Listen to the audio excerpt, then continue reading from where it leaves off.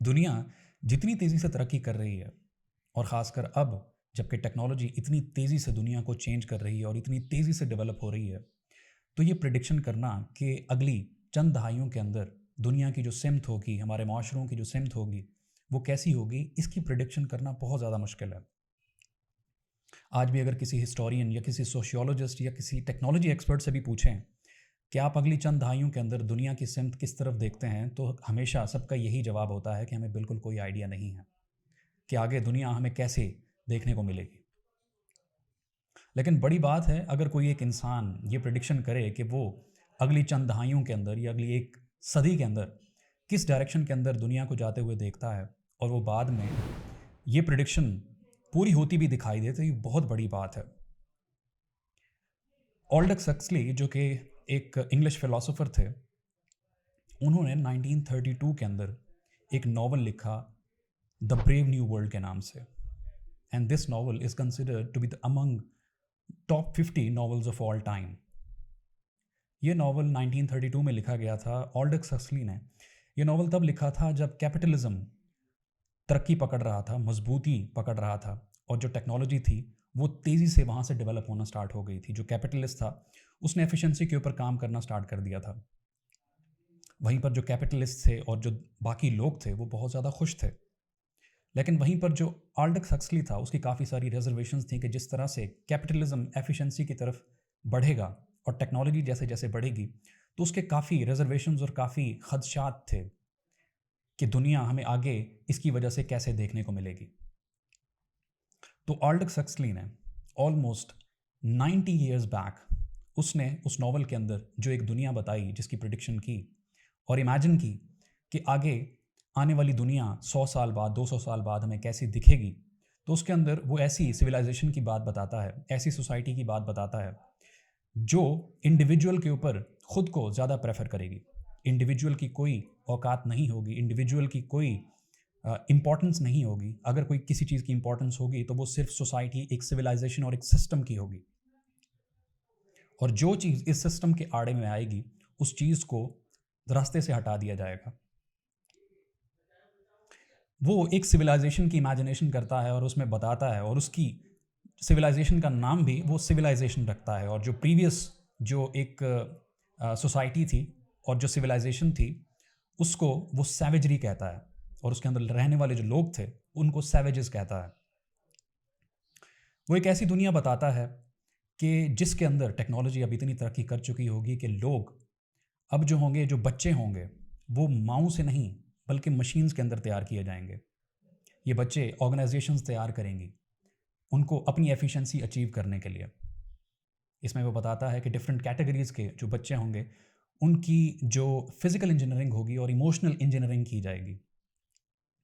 मतलब कि जो सुपीरियर क्वालिटी का जो एक बच्चा होगा वो किस तरह से डेवलप करना है, या जो लोअर क्वालिटी का जो बच्चा है जिसे मज़दूर या लेबर बनाना है वो किस क्वालिटी का होगा, किस तरह से उसकी इमोशनल इंजीनियरिंग करनी है, किस तरह से उसकी कंडीशनिंग करनी है, ताकि बाद में वो सारे सिस्टम को कॉम्प्लीमेंट कर सके और सिस्टम के ख़िलाफ़ आवाज़ खड़ी ना कर सके, और जहाँ पर उसको रखा गया है उसी के अंदर वो खुश हो।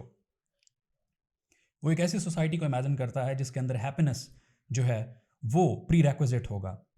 हर इंसान को ये बताया जाएगा कि जो हैप्पीनेस है वो ज़्यादा ज़रूरी है और मीनिंग जो है वो ज़रूरी नहीं है। और तमाम वो वैल्यूज़, तमाम वो चीज़ें उन इंसानों की ज़िंदगी में से हटा दी जाएंगी जो कि सिविलाइजेशन की जो एफिशिएंसी है उसके अंदर रुकावट डालेंगी। इस सिविलाइजेशन के अंदर वो बताता है कि जो इंसानों की जो वैल्यू सिस्टम होगा उसके अंदर जिन चीज़ों की इंपॉर्टेंस होगी वो होगी लग्जरी, ब्यूटी, हेल्थ, और उनके पास फ्री टाइम होगा, एंटरटेनमेंट बहुत ज़्यादा होगा, और जो फ्री सेक्स होगा और जो कैजुअल सेक्स होगा वो बहुत ज़्यादा वहाँ पर अवेलेबल होगा। यानी कि जो ईगो को जितनी भी चीज़ें सेटिस्फाई करती होंगी वो उस चीज़ के अंदर अवेलेबल होंगी ताकि लोगों को खुश किया जा सके, उनको मज़ीद एफिशिएंट बनाने के लिए। और उस सोसाइटी के अंदर जो चीज़ नहीं होगी वो होगी मोनोगमी। उसके अंदर खुदा का कोई कॉन्सेप्ट नहीं होगा, उसके अंदर फैमिली सिस्टम का कोई कॉन्सेप्ट नहीं होगा। माँ बाप, बहन भाई, दोस्ती, प्यार, रिलेशनशिप्स, फ्रेंडशिप्स, ये इस तरह की कोई भी चीज़ एग्जिस्ट नहीं करती होगी। कोई भी ऐसी चीज़ एग्जिस्ट नहीं करेगी जो कि इंसान को किसी और चीज़ के साथ बॉन्ड कराए और उसको सिस्टम से जो है इंडिपेंडेंट करे। और इस जो सोसाइटी है, जो सिविलाइजेशन है, उसकी सबसे बड़ी प्रायोरिटी यही होगी। उसका जो मेन गोल है वो ही यही है कि इंसान को इतना डिपेंडेंट बनाया जाए अपने सिस्टम के ऊपर कि वो हर चीज़ आपसे ही एक्सपेक्ट करे। और जब भी कोई रिटेलिएशन हो, जब भी कोई चीज़ उनके फेवर में ना जाए, उसके खिलाफ जो है वो आवाज़ ना बुलंद कर सकें, ताकि उनके पास इतनी पावर ही ना हो। और जब कभी इंसानी फितरत है कि वो चीज़ों के ऊपर पॉन्डर करता है, चीज़ों के ऊपर सोचता है और रिलेशनशिप्स की तरफ जाता है, जब भी उनका दिमाग इस तरफ जाए, उनका ये काम करने को दिल करे, प्यार अगर कोई करता है या कोई फैमिली सिस्टम की तरफ जाता है या मोनोगमी को प्रेफर करता है, तो उनके यहाँ एक ड्रग मिलेगी। वो ड्रग जो कि इस तमाम इन चीज़ों को सप्रेस कर देगी।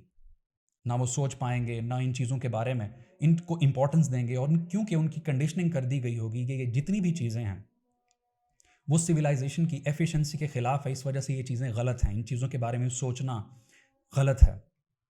और इस वजह से विलिंगली जितने भी माशरे के उसके लोग होंगे वो विलिंगली इन ड्रग्स को इस्तेमाल करेंगे ताकि इन थॉट्स को प्रोवोक कर सकें। अगर हम आज भी इस सारे सिस्टम की रेलेवेंस देखें तो हमें सरप्राइजिंगली बहुत ही अनकैनी रिजेंबलेंस देखने को मिलती है।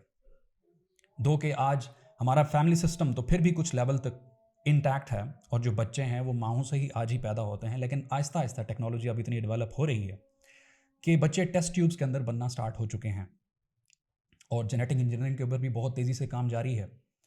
और लोग अब इमोशनल इंजीनियरिंग की तरफ भी जा रहे हैं कि बच्चे को किस तरह से कंडीशन करना है। और आज हमें जो काफ़ी सारे ट्रेड्स हैं जो उस सिविलाइजेशन के अंदर, जो कि ऑल्डस हक्सली अपनी सिविलाइजेशन के अंदर इमेजिन करता है, उसके काफ़ी सारे जो ट्रेड्स हैं वो आज भी हमें देखने को मिलते हैं। जिस तरह अगर उन ट्रेड्स की बात करें, उन वैल्यू सिस्टम की बात करें जिसकी हक्सली बात करता है अपनी दुनिया के अंदर, वो है कि एंटरटेनमेंट अरूज पर होगा, आपकी लग्जरीज जो होंगी वो अरूज पे होंगी। इसके अलावा आप बुक्स को प्रेफर नहीं करेंगे, आप उनको ओल्ड नॉलेज समझकर आप उनको छोड़ देंगे। आपके पास ज़्यादा फ्री थिंकिंग के लिए टाइम नहीं होगा। इसके अलावा जो कैजुअल सेक्स है वो बहुत ज़्यादा आम हो जाएगा और जो फैमिली सिस्टम है आपका ब्रेक होना शुरू हो जाएगा। और ये तमाम चीज़ें आज हम ऑब्ज़र्व करें तो हमारे माशरों के अंदर देखने को मिलती हैं। हमारा जो फैमिली सिस्टम है, हमारा जो रिलीजियस सिस्टम है, वो सारा ब्रेक डाउन की तरफ जा रहा है। जो मोनोगमी है वो ख़त्म होती जा रही है। लोग कैजुअल सेक्स को और पॉलीगैमी को ज़्यादा प्रेफर कर रहे हैं। और इस सारे सिस्टम की जो बुनियाद है वो आज भी हक्सली की बात सही साबित होती है कि जब ये सिस्टम्स, जब ये रिलेशनशिप्स आपस में टूटते हैं, जब इंसान फ्री थिंकिंग या इंडिविजुअलिटी को छोड़ता है और अपना जितने भी अपना एग्जिस्टेंस होता है उसको ऑर्गेनाइजेशन के ऊपर डिपेंडेंट बना लेता है, हुकूमत के ऊपर डाल देता है, तो हुकूमत को उस इंसान को, इंडिविजुअल को मैनिपुलेट करना बहुत आसान हो जाता है। ना वो रिटेलिएशन करता है, ना वो रिबेलियन करता है। और जो चीज़ सिस्टम, जो चीज़ उसकी तरफ फेंकता है, जिस तरह से उसको मैनिपुलेट करता है, वो इजीली मैनिपुलेट हो जाता है क्योंकि उसके वेल विशर्स भी नहीं होता। तो ये चीज़ हमेशा सिस्टम को कॉम्प्लीमेंट करती है और यही चीज़ हर एफिशिएंट सिस्टम को दरकार है, एक सिस्टम को एफिशिएंट बनाने के लिए। तो आज भी दिस इज़ ट्रिमेंडसली अमेजिंग कि किस तरह से अब almost 90 years back Aldous Huxley ने ये दुनिया इमेजिन की थी और अब हमें देखने को मिलता है कि कई सारी चीज़ें बिल्कुल उस चीज़ से बिल्कुल ऑपोजिट हैं जो कि उस वक्त पर की जा रही थी, लेकिन जो उसने इमेजिनेशन की थी, प्रेडिक्शन की थी, कई सारी चीज़ें अब उसी सिमत की तरफ बैठती हुई हमें दिखाई दे रही हैं। Thank you very much.